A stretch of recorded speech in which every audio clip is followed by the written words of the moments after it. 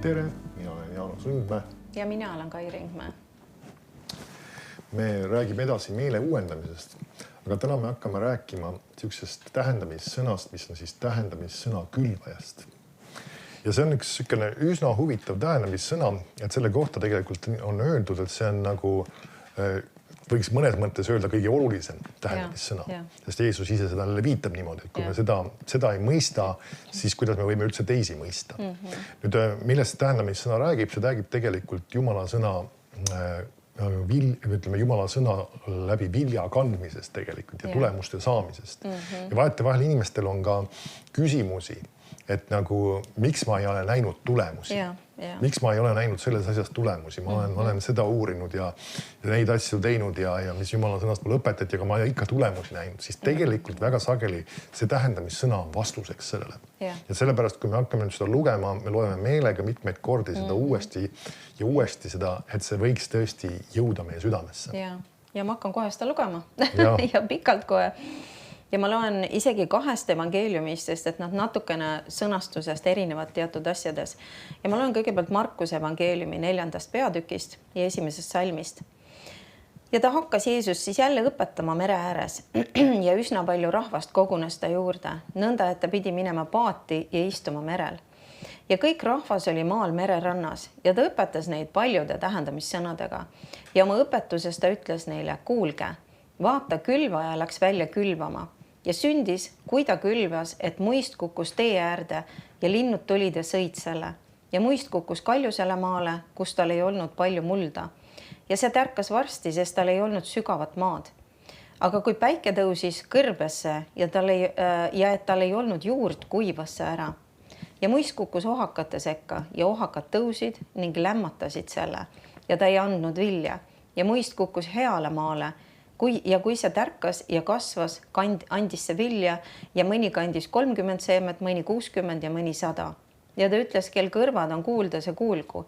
Ja kui ta üksi oli, küsisid temalt need, kes ühest nende 12-ga olid tema ümber, nende tähendamissõnade mõtet. Ja ta ütles neile, teile on antud mõista Jumala riigi saladust, aga neile, kes on väljas, sünnib see kõik tähendamissõnade läbi.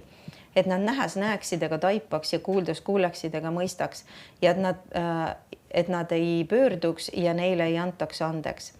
Ja ta ütles neile, te ei taipa seda tähendamissõna. Kuidas te siis tahate mõista kõiki teisi tähendamissõnu? See tähendab selle, et kõik teised tähendamissõnad, millest Jeesus räägib Piiblis, on tegelikult baseerumas sellele ühele tähendamissõnale. Võiks öelda, et see on nagu ema tähendamissõna. Ja ta ütleb siis edasi, külva ja külvas sõna. Need on tee äärsed, kuhu sõna külvatakse ja kui nad on kuulnud, tuleb kohe saatan ja võtab sõna ära, mis nendesse oli külvatud. Ja nõnda samuti, mis külvati kaljusele maale, on need, kes, kui nad sõna kuulevad, seda kohe rõõmuga vastu võtavad. Aga neil ei ole juurt enestes, vaid nad kestavad ainult üürikese aja. Pärast, kui tõuseb viletsus või tagakiusamine sõna pärast, nad taganevad varsti. Ja teised on ohakate sekka külvatud. Need on, kes sõna kuulevad, aga selle maailma mured ja rikkuse petlikkus ja muude asjade himutsevad võimule ja lämmatavad sõna ära ja see jääb viljatuks. Ja kes on heale maale külvatud, need on, kes sõna kuulevad ja vastu võtavad ja kannavad vilja, mõni 30-kordselt, mõni 60-kordselt ja mõni 100-kordselt. Ja ma loen ka Luuka evangeeliumist 8. peatükis tegelikult selle sama loo. Ja 4. salmist alates ütleb, ja kui palju rahvast kogunes ja kõigist linnadest tuli tema juurde, rääkis ta tähendamissõnaga.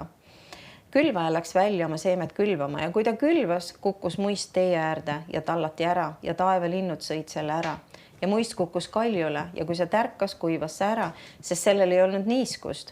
Ja muist kukkus ohakate keskele ja ohakad kasvasid ühtlasi üles ja lämmatasid selle.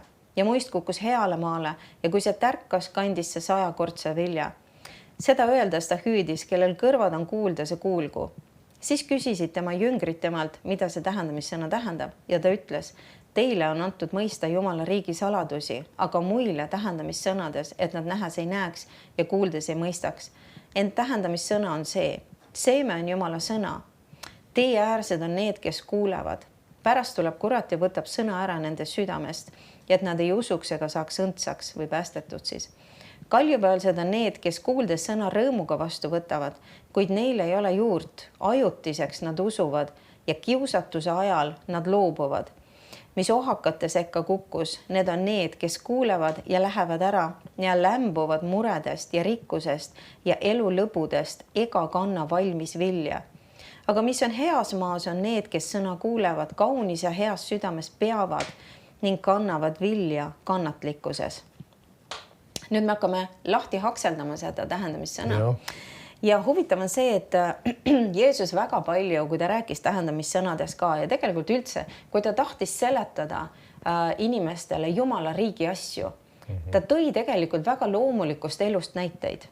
Ja siin on ka jälle külvab seemet, eks ole, ja ta räägib nendest maapinnastest ja see maapinnas on tegelikult inimese süda. Amen. Ja nüüd mõni inimene võib mõelda, et apikene, et mis ma teen, et umbes mind on loodud selleks kaljupealseks või mind on loodud sellise südamega, mis on nagu see ohakad, eks ole? Ei.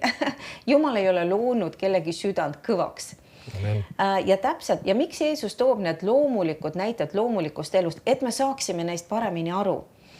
Ja me igaüks oleme, Eestimaa inimesed on ikka kokku puutunud aiapidamisega natukenegi, mõni rohkem, mõni vähem.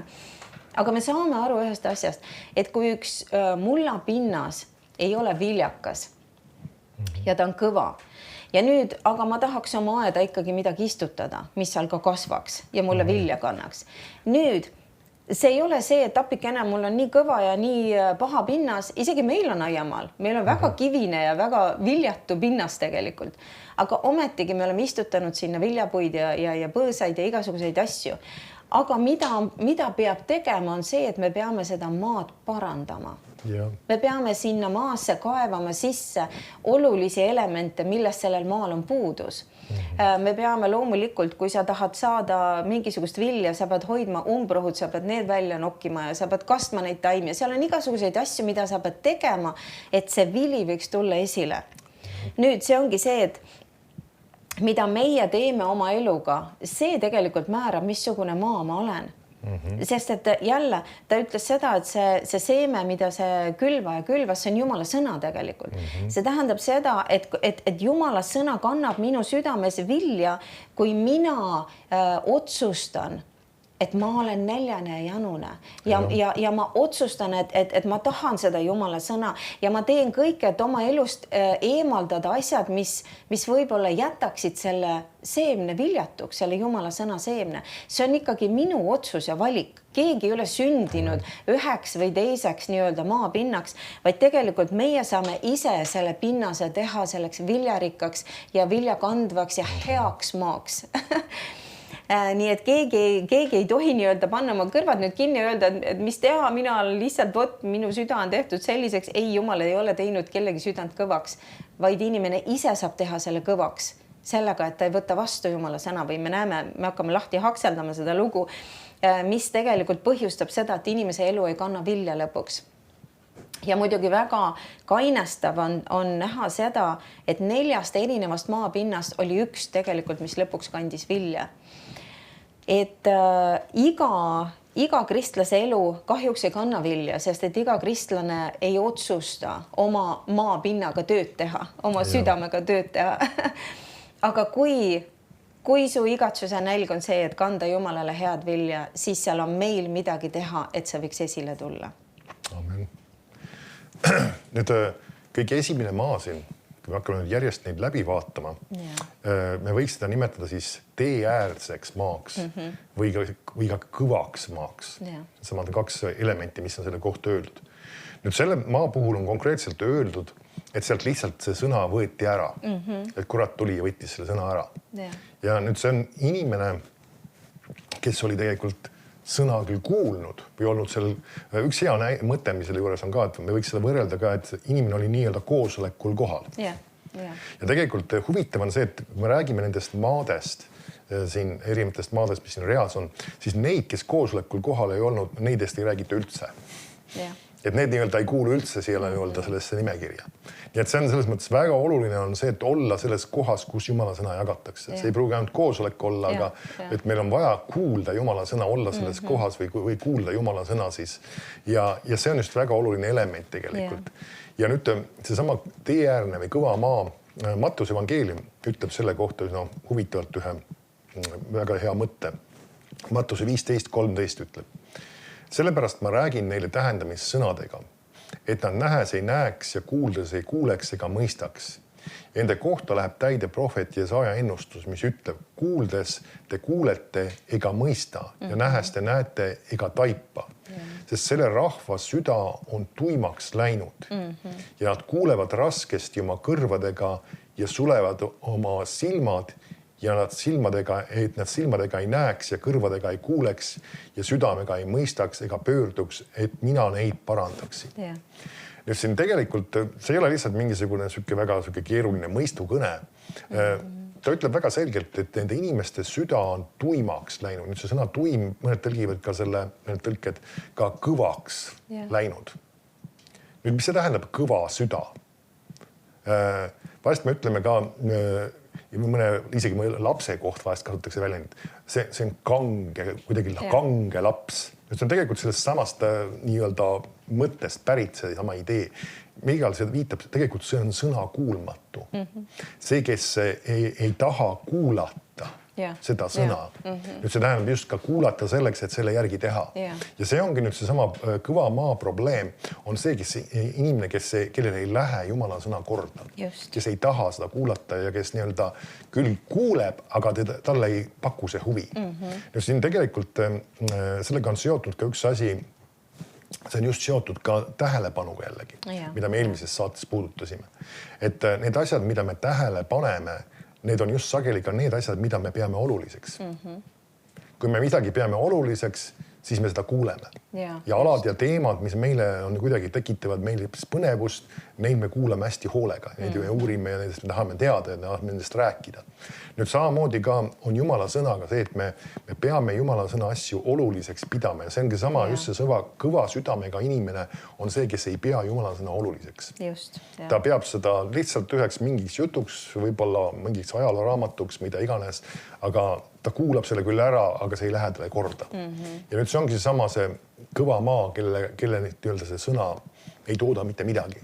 Lihtsalt võetakse ära ja see on läinud. Ja kurb on olla sellise südamega. Aga kahjuks seal on inimesi, kes valivad, et olla sellise südamega inimene. Lähme edasi. Ja ma vaatan Kaljupealset maad siis ja loen Luuka evangeeliumi 8. peatükis, siis jääme sinna praegu. Ja Salm 13 ütleb, Kaljupealsed on need, kes kuuldes sõna rõõmuga vastu võtavad. Me näeme seda, et nad kuulavad sõna, nad võtavad selle rõõmuga vastu. Kuid neil ei ole juurt. Ajutiseks nad usuvad ja kiusatuse ajal, või inglise keeles ka ütleb kiusatuse ja katsumise ajal nad loobuvad. Ja laiendatud tõlge lisab siia, nad langevad ära, tõmbuvad ja hoiavad eemale. Millal? Siis, kui tuleb kiusatus ja katsumine. Ja ta ütleb see, et nad usuvad ainult ajutiseks. Me näeme väga palju inimesi, väga palju kristlasi aastate jooksul näinud, kes tulevad suure rõõmu ja põnevusega kogudusse ja nad alustavad oma usklikku teed nii-öelda. Ja läheb natukene aega mööda ja kus nad nii-öelda on silmitsi mingisuguse olukorraga. Ja nüüd tegelikult nad kohe loobuvad. Ja nad viskavad käed nii-öelda üles ja ütlevad, ma annan alla. ja isegi kahjuks nad lähevad isegi kogudusest ära, sest et raskus tuli ette. Ja nüüd ta räägib sellest, sest et jälle, kui me mõtleme loomuliku elu peale ja loomuliku, ütleme siis, nimetame seda taimekasvatuseks, me oleme kõik seda näinud, kes me oleme istutanud mingisuguseid taimi, et kui sellel taimel ei ole nad isegi ütlevad seda, et kui inimene läheb puukooli, siis ta tegelikult peaks korra võtma selle taime sealt potist välja ja vaatama, kas tal on korralikud juured all. Sest et taim, millel ei ole korralikku juurt ja sa istutad ta isegi maha heasse mulda. Nüüd tal see juur on nii nõrk ja nüüd, kui see taim ise seal peal on üsna suur ja korralik, nüüd see taim nõuab enamat, kui see juur suudab talle anda. Ja nüüd on see, juhtub see, et sa näed, et noh, sa mõtled, appikene, ma istutasin ta ja ma kastan teda ja kõike teen ju õieti, mis tal viga on, miks ta närtsib. Ja läheb veel natukene aega ja tegelikult sa saad aru, et see taim enam, ta on otsad andnud nii-öelda, ta ei kasva enam, ta on ära surnud. Ja miks ta lõpuks tegelikult hukkub, isegi kui ta on saanud, on ju kastatud ja kõik, tal ei ole seda korralikku juurt. Me näeme need taimed, mis on korralikult juurdunud juba. Mis iganes võib toimuda, tulgu tuld, tormi ja rahet, eks ole, puhugu tugev tuul või mis iganes ei juhtu või külmugu see maa on ju mingi teatud paksuselt, temaga ei juhtu midagi, miks sest ta juured on sügaval ja ta saab väga hästi hakkama. Aga nüüd, kui inimese nii-öelda siis kui me võrdleme siis meie südant nagu selle maapinnaga, eks ole, ja nüüd, kui see Jumala seeme tuleb meie südamesse, nüüd see seeme iseennast, ta peaks hakkama nüüd juurduma. Mis see tähendab? Meil on vaja, et see seeme juurdub meis. Meil on vaja juurt. Et see seeme võiks lõpuks ka vilja kanda meie südames. See tähendabki seda, et kui inimene on koosolekul ja ta kuuleb 1 korra, 2 korda, 3 korda võib-olla Jumala sõna, sellest ei piisa. Sellest ei piisa, sest et jälle Piibel räägib ka sellest, et see, kui me korduvalt kuulame Jumala sõna, kui me korduvalt loeme Jumala sõna, kui me korduvalt seda teeme kogu aeg, siis iga korraga me kastame seda seemet, me anname talle toitaineid. Nüüd need juured lähevad sügavamale ja sügavamale nii-öelda meie südame pinnases. Ja mida rohkem me seda teeme, seda kiiremini see taim kasvab nii-öelda või see Jumala sõna ta kasvab ja seda rohkem vilja ta hakkab kandma meie elus. Nii et Jumala sõna on see seeme, aga sellest seemnest üksi ei ole kasu. Me nägime, et kaljupealsele see võeti napsati lihtsalt ära ja kogu muus. See kandnud mitte mingisugust vilja, tal isegi ei saanud juurt tulla, sest et ta lihtsalt võeti ära. Nüüd kaljupealsed on need, eks ole, tal ei ole juurt. Ajutiseks nad usuvad, ainult lühiajaliselt. Aga kristlane peaks olema, Piibel ütleb ka seda, me peaks olema rajatud ja juurdunud. Juurdunud Jumala sõnasse. Sellest ei piisa, et me kuulame korra. Sellepärast on nii oluline, et iga kristlane, et tal oleks see isiklik aeg Jumala sõnaga. Et ta võtaks Piibli kätte oma kodus iga päev. Me vajame täpselt, me unustame vahest ära need kõige olulisemad asjad. Eelmises saates me rääkisime ka sellest, kuidas need nähtamatud asjad on olulisemad tegelikult, kui need nähtavad asjad. Ja me sööme kõik vähemalt 3 korda päevas. Me toidame oma füüsilist ihu pidevalt, eks ole. Ja samas me jätame selle Jumala seemne, mis on tulnud meie südamesse, eks ole, me oleme kuulnud Jumala sõna, me jätame selle täiesti nälga. Ja me ei kasta seda ja me ei toida seda ja see ei saa juurduda korralikult. Nii et me peame Jumala sõna pidevalt ja pidevalt kuulma ja jälle, miks nad usuvad, et kiusatuse või raskuse ajal nad loobuvad ja langevad ära. See ongi see, et kui meil on juured, nüüd see on see, mis teeb meid tugevaks. See on see, mis teeb meid kindlaks. Ma olen nii veendunud Jumala sõnas, aga kui seda juurt ei ole, see inimene on, ta on lükata, tõmmata, tal on kahtlused, tal on kõhklused, ta ei tea, kas ma ikka võin seda uskuda ja ma ei tea ja ma ikka ei tunne seda ja ma ikka ei koge seda ja ta loobub väga kergesti ja me näeme, et tal ei ole seda juurt. Nii et kui me tahame näha vilja oma elus, meil peavad juured minema Jumala sõnasse, et me ei loobuks. Ma loen ka laulude raamatust laul 1 ja 1. salmist ütleb, õnnis on inimene, kes ei käi õelate nõu järgi ega seisa patuste tee peal ega istu pilkajate killas, vaid kellel on hea meel Jehova käsuõpetusest ja kes uurib ta käsuõpetust ööd ja päevad. Me näeme seda, et Jumala sõna on tema elus ööd ja päevad. Ja ütleb, siis ta on otse kui puu, mis on istutatud veeojade äärde, mis oma vilja annab omal ajal ja mille lehed ei närtsi ja kõik, mis ta teeb, läheb korda.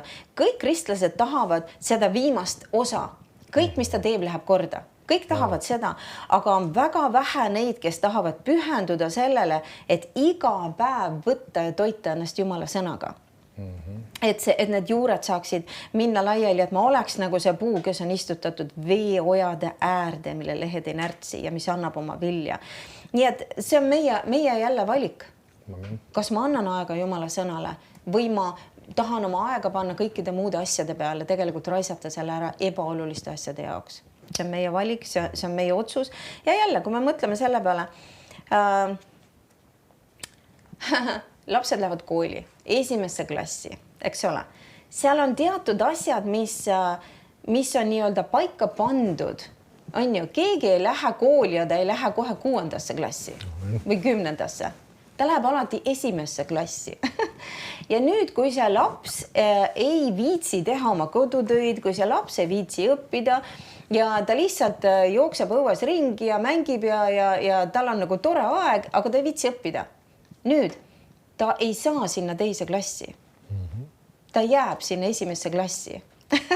Ja mis juhtub ja samas me saame loomulikult nendest asjadest aru, aga loomulikult see inimene peab lõpetama teise klassi, et saada 3. ja see laps peab lõpetama selle 3. klassi korralikult, et saada 4. Meil on see kõik selge, aga kui me läheme Jumala asjade juurde ja kui me läheme Jumala sõna juurde, nüüd äkki me ei saa aru, miks teatud asjad mingil moel toimuvad.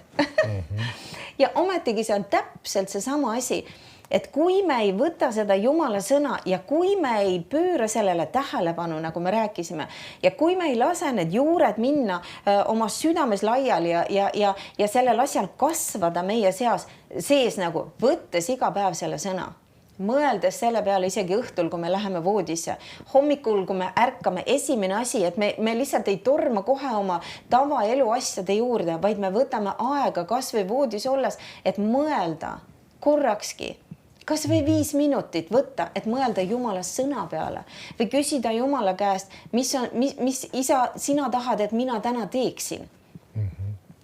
Sest et me võime valida ühte, teiste, kolmandat, aga kas see on see, mida Jumal tahab, et ma täna teeksin? Et me peame pöörama nendele asjadele tähelepanu, sest et me ei kasva edasi, me ei lähe vaimulikult 5. ja 6. klassi, kui me ei ole teinud ära seda 1. klassi. Me peame võtma Jumala sõna ja me peame hakkama sellega ennast toitma igapäevaselt, kogu aeg. Ja nüüd me kasvame. Nüüd me lähme nii-öelda klassist klassi. Jumal viib meid edasi. See arusaamine Jumala sõnast, see kasvab meie sees. Ja see ei sõltu sellest, et keegi on jutlustaja või keegi on mis iganes pastor või õpetaja. See ei sõltu sellest, see sõltub sellest, et see inimene on võtnud aega, et süübida Jumala sõnasse ja uurida Jumala sõna. Ja sellepärast on jõudnud teatud kohta, teatud klassi. Aga me võime kõik sinna jõuda, kui me teeme neid olulisi samme, mida Jumal ütleb meile teha. Võta mu sõna, hoia seda oma südames, mõtle selle peale, uuri seda, pööra sellele tähelepanu. Ja nüüd tegelikult me oleme üks hea maa ja me kanname Jumalale vilja ja see vili läheb rohkemaks ja rohkemaks ja suuremaks. Amen. Vaatame veel mõnda kirja kohta, kus räägitakse just sellest juurest. Sest et me näeme just sellel maal oli puudujääk just see, et tal ei olnud juurt. Et see juur oli väga vilets ja see ei olnud juurt. Ja nüüd, millest ta räägib sellega seoses ja vaatame Jeremia 17 ja 7. Ja siin ta ütleb, õnnistatud on mees, kes loodab Jehova peale, kelle lootus on Jehova. Tema on otse kui vee äärde istutud puu, mis ajab oma juuri oja kaldal, ega karda, kui palavus tuleb. Vaid ta lehed on haljad ja põua aastal ta ei muretse ega lakka vilja kandmast. Me näeme siin jällegi väga konkreetseid printsiipe selle asja juures. Esiteks ta ütleb, et see õnnistus räägib väga paljudest elualadest. See puudutab meie tervist, see puudutab meie igapäevaelu, see puudutab meie rahaasju. See on Jumala vägi meie elus tegelikult. Nüüd ta ütleb, et õnnistatud on mees, kes loodab. Nüüd see sõna lootma, mitmed kasutavad ka sõna ka usaldama. On see, et me usaldame Jumalat, et Jumal hoolitseb meie eest, Jumal seisab meie kõrval, Jumal on meie tugevus, Jumal on meie kindlus. Amen. On see, et me usaldame teda. Ja nüüd ta ütleb, kelle lootus on siis Jehova. Tema on otse kui vee äärde istutatud puu. Me näeme seda, et kui me oleme usaldamas Jumalat, siis me oleme nagu üks puu, mis on vee ääres. Ja siis ta ütleb, sellel puul on üks väga positiivne asi see, et ta ajab oma juuri oja kaldal. Me näeme, et need samad juured on just seal veele ligi ja ta nii-öelda saab kogu aeg ikkagi vett. ja ta ütleb, ega karda, kui palavus tuleb. Me saame aru, et kui ikkagi ilm on väga palav ja ütleme isegi väga soojades piirkonnas, asjad võivad kõik ära kuivada, kui vett ikkagi ei ole. Aga kui ta on seal jõe kaldal, siis ta ei kuiva. Isegi kui tuleb palavus. Ja see ütleb ka, et vaid ta lehed on haljad ja isegi uue aastal ta ei muretse ega lakka vilja kandmast. Me näeme isegi, kui on tegelikult, millest ta räägib, need põuad ja palavused, need on tegelikult probleemid. Need võrdpildid kõikvõimalikest probleemidest, raskustest, keerukatest olukordadest ja ta põua aasta läheb seda, et kui see isegi kestab pikemat aega, siis see puu on ikkagi stabiilne ja tugev. Ja kõik see jookseb tagasi just selle sama juurde, et ta on juurdunud Jumalasse, ehk siis ta on usaldamas Jumalat. Nüüd see ongi nüüd see, mis on omane just sellele samale heale maale. Aga siin me näeme siis, mis kahjuks ei ole omane just sellele maale, kus siis see seeme ei saa juurduda, tal ei ole seda juurt eneses. Et see on nüüd see positiivne asi. Ja samas kõik see on meie käes, see ei ole lihtsalt siuke saatuse küsimus, et mina lihtsalt tulen siuke juurteta inimene midagi taolist. Ei. See on meie otsida ja otsustada. Nüüd kolosslastele kirjas teises peatükis ja 6. salmis räägitakse ka midagi natuke teise külje alt seoses juurdumisega. Ütleb, otse kui te nüüd olete vastu võtnud Kristuse Jeesuse, issanda, nõnda käige temas, juurdununa temasse, rajatuna temale ning kinnitatuna usus, nõnda nagu teil on õpetud ja olge ülevoolavad tänus. Nüüd siin on päris mitmeid häid printsiipe reas tegelikult. Et ta ütleb, et kui me oleme vastu võtnud Kristuse issanda, siis ütleb, et käige temas. Mis see tähendab käige temas? See tähendab seda, et me oleme juhitud tema pühast vaimust, selles mõttes liigume sellesse suunda, kuhu tema ütleb, et me peaksime liikuma. Ja ka samas me käime temas, see tähendab seda, et me oleme temaga koos. Me teame, et tema on meie kõrval, ta on meie juures. Ja see ei ole lihtsalt selline ilus teoloogiline fakt, vaid see on reaalsus. Ta on selleks, et meid aidata, tuua esile oma vägi, vaja tervendada, kui vaja varustada. Ja siis ta ütleb juurdununa temasse. Tähendab seda, et me oleme oma juured pannud temasse, me teame, et temast tuleb nii-öelda, voolab meie elu, meie tugevus, meie kindlus tuleb temast. Me oleme juurdunud temasse ja rajatuna temale. Teeks 2 sõna, juurdunud ja rajatud ja kinnitatuna usus. Ja siis ta ütleb nõnda, nagu teil on õpetud ja olge ülevoolavad tänus. Et me peaksime tänulikud ka kogu aeg olema. Ja nüüd see on üks asi, mis me peame väga hoolega meeles pidama ja iga kristlane peaks seda siltima, et me saame valida, missugune maa me oleme. Et see ei ole juhuse küsimus, me võime otsustada. Me võime otsustada, et me oleme see maa, mis on juurdunud ja kus on tugev juur ja kus Jumala sõna võib vilja kanda. Ja see on see midagi sellist, mis ma tahan igaühele hästi öelda.